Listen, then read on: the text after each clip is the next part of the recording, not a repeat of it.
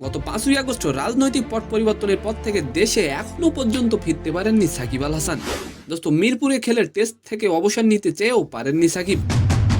এর বাইরে মাঠের ক্রিকেটে আছে বোলিং নিষেধাজ্ঞাও। দোস্ত, তবে এত প্রতিকূলতা আর অনিশ্চয়তার মাঝেও পাওয়া গেল বিশাল একটি সুখবর। অ্যান্ড সেকেন্ড নিউজটি থাকবে দোস্ত, 2011 সালের 17ই অক্টোবর গোপনে বিয়ে করেছিলেন পরিমণি ও শরীফুল রাজ।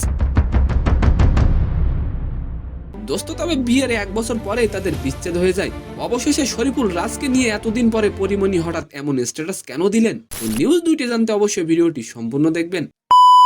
দোস্ত, নানা প্রতিকূলতা আর অনিশ্চয়তার মাঝেই ঢাকা প্রিমিয়ার ডিভিশন লিগে নতুন দলে নাম লিখিয়েছেন সাকিব আল হাসান। বাংলাদেশের এই সাবেক অধিনায়ককে দলে নিয়েছে লিজেন্ডস অফ রূপগঞ্জ। ক্লাবটির আশা আগামী মাসে শুরু প্রিমিয়ার লিগে সাকিব আল হাসানকে পাওয়া যাবে। সব মিলিয়ে যখন ক্রিকেট ক্যারিয়ার অনিশ্চয়তার মুখে, তখন ঢাকা প্রিমিয়ার লিগে দল বদল সম্পন্ন করেছেন সাকিব। দোস্ত, সাকিব আল হাসান আদেও কি দেশে আসতে পারবেন? আপনার কি মনে হয়? অবশ্যই কমেন্ট করে যাবেন। দল বদলের প্রথম দিন অনলাইনে কাগজপাতি জমা দিয়েছেন সাকিব। দোস্ত, সাকিব যখন দেশে ফিরতে পারছে না, তাকে দলে নেওয়ার কারণটা কি?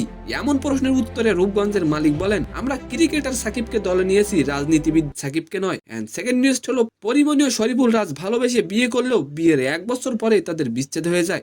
পরিমণির দাবি ছিল সন্তানদের প্রতি রাজ্যের নাকি কোনো কেয়ার ছিল না। দোস্ত, এতদিন পরে পরিমণি রাজ্যকে নিয়ে একটি পোস্ট করেন, যেখানে তিনি লেখেন, আমি সব মাপ করলেও আজীবন আমার এই ঘেন্নায় তোমাকে বাঁচতে হবে শোনা। তো সম্মানিত দর্শক, আজকের ভিডিওটি কেমন লাগলো অবশ্যই কমেন্ট বক্সে জানাবেন। আর ভিডিওটি যদি ভালো লাগে অবশ্যই একটি লাইক দিয়ে আমাদের চ্যানেলটিকে সাবস্ক্রাইব করে দিবেন। ধন্যবাদ।